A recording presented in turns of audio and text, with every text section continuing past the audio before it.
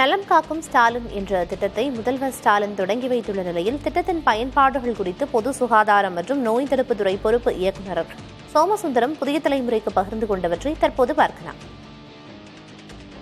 கிட்டத்தட்ட பல்வேறு சிகிச்சைகளுக்கான சோதனைகளை ஒரே இடத்துல பெற்று காலையில சோதனை செஞ்சோம்னா மாலையில அதனுடைய ரிப்போர்ட்டை இணையவழி வாயிலாகவும் நேரடியாகவும் பெற்றுக்கொள்ளக்கூடிய வகையில தமிழ்நாடு மருத்துவ மற்றும் மக்கள் நல்வாழ்வுத்துறை சார்பில் செய்யப்பட்டிருக்கிறது. இதுல என்னென்ன ஸ்பெசிபிக் இருக்கு, இதனால என்னென்ன பயன், இது எங்கெல்லாம் நடக்க போகுது என்பது குறித்து பேச தமிழ்நாடு பொது சுகாதாரம் மற்றும் நோய் தடுப்பு துறையினுடைய பொறுப்பு இயக்குநர் சோமசுந்தரம் அவர்கள் நம்மோடு இருக்கிறார். அவர்கிட்ட கேட்கலாம்.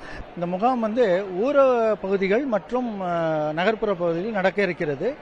1256 கேம்ப் நடத்தலாம்னு பிளான் பண்ணியிருக்கிறோம்.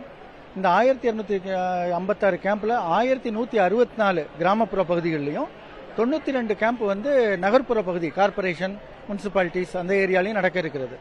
காலையில் 9 மணிலேருந்து 4 மணி வரைக்கும் இதை மக்கள் பயன்பெறலாம். கேம்ப்ல 17 வகையான ஸ்பெஷாலிட்டிஸ் இருக்கிறாங்க. அது மருத்துவக் கல்லூரிகள், மாவட்ட மருத்துவமனைகளிலிருந்து டிஎம்எஸ் டிஎம்இ அவங்கள இங்கே அனுப்பியிருக்கிறாங்க.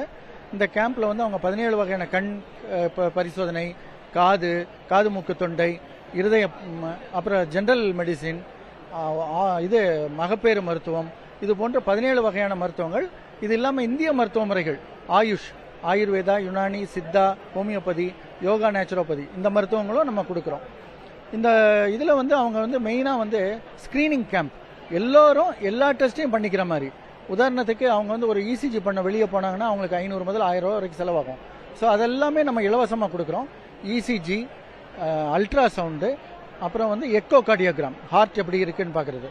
இது இல்லாமல் அவங்களுக்கு ரத்தத்தில் அணுக்கள் எவ்வளோ இருக்குது, அந்த கவுண்ட் கரெக்டாக இருக்கா இல்லையா, ரத்த சோகை இருக்குதா, இது மாதிரி கண்டுபிடிக்கிறதுக்கு உண்டான சில டெஸ்ட்டுகளும், kidney plus sugar, urea creatinine அந்த கிட்னி சிறுநீரக பாதிப்பு இருக்குதா அப்படின்னு பார்க்குறதுக்கும் சுகர் டெஸ்ட்டும் பண்ணுறோம்.